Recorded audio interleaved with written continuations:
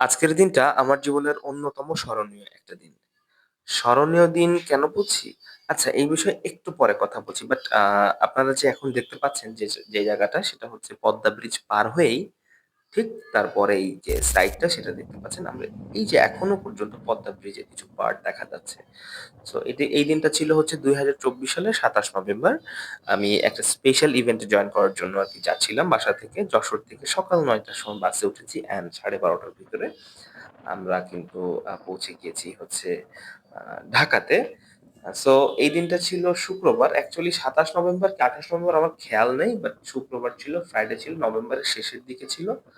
আমার এটুকু মনে আছে। তবে এই দিনটা কেন স্পেশাল এবার আমি আপনাকে বলি। এই যে দেখতে পাচ্ছেন আমরা ঢাকাতে ঢুকে পড়েছি, ঢাকার কোলাহলপূর্ণ পরিবেশে। এখন আমরা বসুন্ধরা সিটি বাংলাদেশের অন্যতম বড় শপিং মল। সো এখানে আমরা ঢুকেছি। এখানে আমার ছোট ভাই রয়েছে জিহাদ। ও হচ্ছে এখানে ওরাইমোর যে ব্র্যান্ড, ওরাইমো আপনারা সবাই জানেন মিউজিক ইন্ডাস্ট্রিতে ওরাইমো নামটা খুবই বিখ্যাত পরিচিত। ওরাইমোতে জিহাদ ম্যানেজার ছিল। সো এখানে আমি এসেছিলাম। ওরা এই যে জিহাদ, ওরা কি করেছে? ওরাই মোর পক্ষ থেকে বাংলাদেশে একজন সিঙ্গারকে নিয়ে এসেছে। সেই সিঙ্গারের নাম হচ্ছে আতিফ আসলাম। সো আতিফ আসলামের যে লাইভ শো সেটা দেখার জন্য আমরা ঢাকাতে গিয়েছিলাম। আমি আর আমার আরেক ছোট ভাই মানে জিহাদের ছোট ভাই রাহাতকে নিয়ে ঢাকাতে গিয়েছিলাম।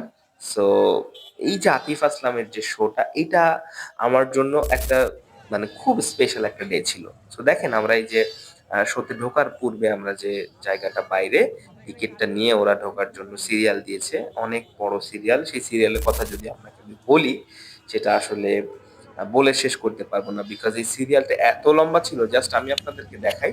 সিরিয়ালটা শুধু আপনি লেন্থটা দেখেন। আমার ঢুকতে শুধু সিরিয়াল দিয়ে ঢুকতে আমাদের হচ্ছে ২.৫ ঘন্টা সময় লেগেছিল। ঠিক আছে? আমরা এখানে এসেছিলাম হচ্ছে ৪টার দিকে এসেছিলাম। ৪টার থেকে আমরা ভিতরে প্রবেশ করতে ৬:৩০ বেজে গেছিল। যদিও আমরা হচ্ছে লাইন কেটে ঢুকেছিলাম, হ্যাঁ? মানে সামনে চলে যেয়ে পিছন থেকে আগায় যেয়ে আমরা ঢুকেছিলাম। তারপরেও ২.৫ ঘন্টা সময় লেগেছিল। তাহলে আপনি চিন্তা করেন তার পপুলারিটি মানে আতিফ আসলাম যে এসেছিল এর পপুলারিটি কত বড়। এই যে দেখতে পাচ্ছেন একদম দেয়াল জুড়ে আতিফ আসলামের শুধু ছবি ছিল আর বাংলাদেশী একজন আইকনিক সিঙ্গার ছিলেন তাহসান। তাহসানও গান গেয়েছেন এবং আতিফ আসলামের সাথে আরেকজন পাকিস্তানি শিল্পী এসেছিল এখানে গান গাওয়ার জন্য। পিছনে রাহাতকেও দেখা যাচ্ছে। রাহাত ভিক্টোরির চিহ্ন দেখাচ্ছে। অ্যান্ড দেখেন এখানে অ্যাকচুয়ালি আমি একটা জিনিসও বুঝতে পেরেছিলাম যে বাংলাদেশ পোশাক-আশাকের দিক থেকে অনেক বেশি ওয়েস্টার্নাইজড হয়ে গেছে। ঠিক আছে? সো যাই হোক এটা আমি দেখাই নাই কারণ এই পোশাক-আশাক একদমই যার পার্সোনাল ব্যাপার। এইজন্য আমি কিন্তু এটা ভিডিওতে নেই নাই। জাস্ট আপনি লাইনটা দেখেন। লাইনের মানে শুরু আর শেষ খুঁজে পাবেন না। এখানে পুরো দিন উত্তরাতে ছিল এটা উত্তরা আর্মি স্টেডিয়ামে। সারাদিন ওই ১২টা থেকে নিয়ে একদম রাত ১২টা পর্যন্ত এখানে কোনো গাড়ি চলাচল করে নাই। ওইদিন পুরো জ্যাম ছিল। সো যাই হোক পুরোপুরি সব প্রোগ্রাম ২.৫ ঘন্টা শেষ করে যেহেতু ওরাইমোর পক্ষ থেকে নিয়ে এসেছে আমরা কিন্তু মোটামুটি একটা ফ্যাসিলিটি দিয়েই ঢুকতে পেরেছিলাম। সো ২.৫ ঘন্টার প্রোগ্রাম মানে লাইন শেষ করে আমরা এখন ঢুকছি ভিতরে। এইখানে ঢুকে আপনাকে যে আপনার যে টিকেটটা রয়েছে ওই টিকেটটা জমা দিয়ে একটা রিস্ট ব্যান্ড নিতে হবে। রিস্ট ব্যান্ডটা নিয়ে তারপরে ভিতরে প্রবেশ করতে হবে। ঠিক আছে? তো যাই হোক আমরা রিস্ট ব্যান্ডটা নেওয়ার জন্য এখন আগাচ্ছি। আর আমি সেই সময় একটু ভিডিও করছি আপনাদেরকে দেখানোর জন্য।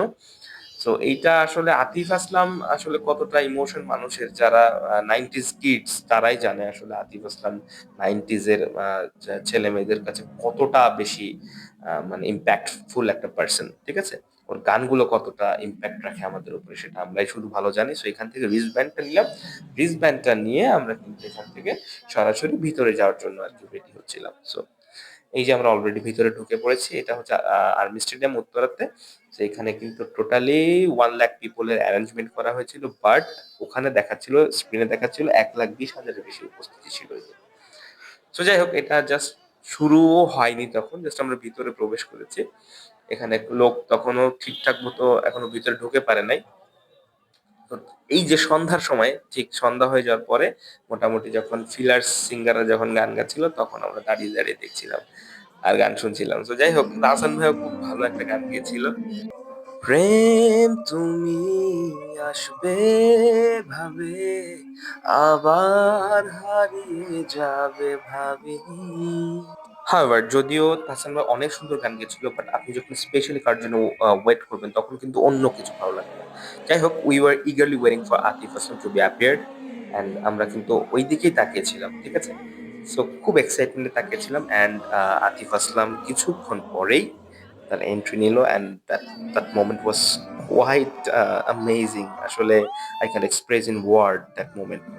আসলে কি সুন্দর আসলে যে ফিলিংস, আতিফ আসলাম এসে যখন স্টার্ট করলো সেই পুরোনো গানগুলো যখন গাইলো অ্যান্ড সেই যে সিচুয়েশনটা ক্রিয়েট হলো ওখানে, আসলে আমি কোনোভাবেই এটা আপনাদেরকে এক্সপ্রেস করতে পারবো না। যারা গিয়েছিল তারাই জানে যে আসলে পরিবেশটা কেমন ছিল অ্যান্ড আমরা কিভাবে এনজয় করেছিলাম।